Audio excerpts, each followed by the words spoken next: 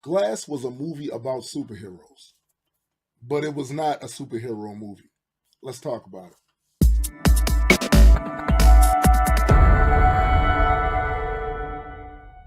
So, I think one of the reasons I didn't enjoy Glass as much as I could have is because I went in there with certain expectations. Now, for those of you that are unfamiliar with Glass and the movies that came before it, let me give you just a brief synopsis. Glass is like a dual sequel. There was a movie that came out in 2000 called Unbreakable, starring Bruce Willis. And in this movie, he was a guy that had these powers for whatever reason, got into a train wreck, was the only one to survive, but somehow he managed to block out that he had these powers. So the movie is basically an awakening for him to realize what he could do and who he was. It also starred Samuel Jackson as Mr. Glass, who was a character that had this disease where his bones were easily broken. Criminal genius. The other movie was called Split. And in this movie, the main character had a multitude of personalities, some of which gave him certain uncanny abilities. Durability, super strength. He could even kind of climb on top of walls and ceilings or some crap. And if you haven't seen those movies, I do recommend that you go and check them out. Don't think you need to necessarily see them in order to kind of get the gist of this movie, but it would help. And back to my expectations. So when Unbreakable came out, it was like I said, 2000. This was before the modern era of superhero films. We had superhero films before, and even back then, Unbreakable stood out from the rest of them because it wasn't quite shot the same. It didn't quite have the same feel as the rest of them. And that's because I would also say about Unbreakable that it was not a superhero movie. It was a movie about superheroes. And there is a distinction that I'm going to explain. The reason why I say that Unbreakable and Glass are movies about superheroes is that in these movies, there is a lot of exposition about comic book tropes. It makes a big to-do about explaining what a villain is or what a hero is and things of that nature. Talks about, the common things that people that read comic books will be familiar with, a lot of the themes and the archetypes. Now, in most superhero movies, they don't do a lot of talking and exposition about those tropes. They act those tropes out. You find out what it is to be a superhero through the actions of the character. You find out what it is to be a villain through the actions of the character, not through somebody explaining this to you. And I'm not saying M. Night Shyamalan didn't do some of that. He absolutely did. He absolutely had the actors and the characters act out some of the stuff. But there was a lot of dialogue and exposition explaining why this was just like a comic book. But see, here's the thing. We've had 10 years of the MCU and DCU, and there's a certain expectation about how comic book movies are supposed to kind of go.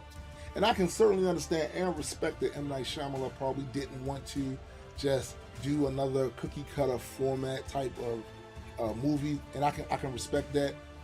But I did have the expectation that he had been watching and paying attention, and maybe he would pick up some of the good things about this modern era of superhero movies.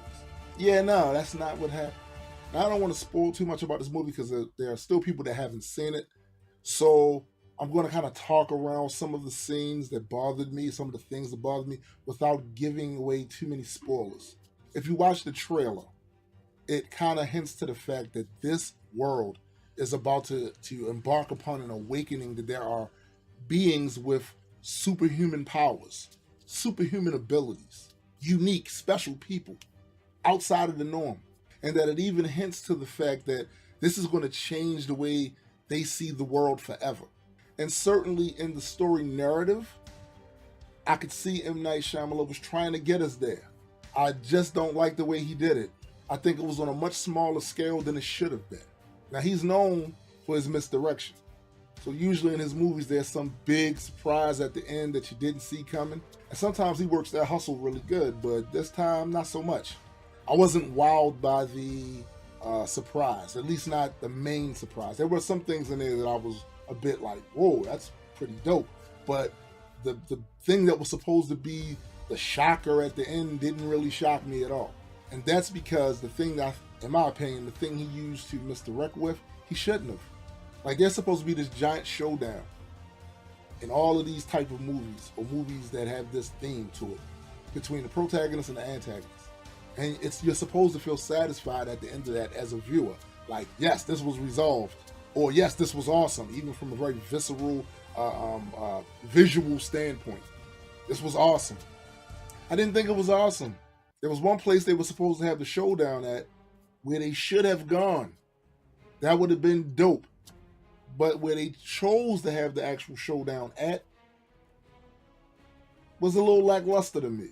I think the other thing that hurt it was the fact that, you know, he deals with a lot of vague positioning in the narrative. And he hopes that the audience will use its own imagination to fill in the blanks. He did the same thing with Unbreakable. So I know this is a style of his. I just don't think it worked well in this movie.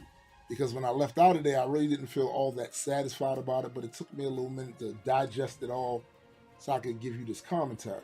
All in all, if you did see Split, and if you did see Unbreakable, you should probably go see this movie, if for no other reason than to put like a bookend to the end of that experience. But if you didn't see any of them, I can honestly tell you, you could probably wait till it comes out on TV or something, till the Blu-ray comes out or something. You could wait. But anyway, anybody that saw the movie already, let me know what you think about it in the comments. If you haven't seen it already, I'm pretty certain these comments might have some spoilers in it, so you might want to like wait to see it before you dive into the comment section. All in all, I think the movie would have been a lot better had he not restrained himself to the scale that he wanted to use. The scale seemed a lot smaller than it should have been after watching the trailer and my expectation of this changing their world forever.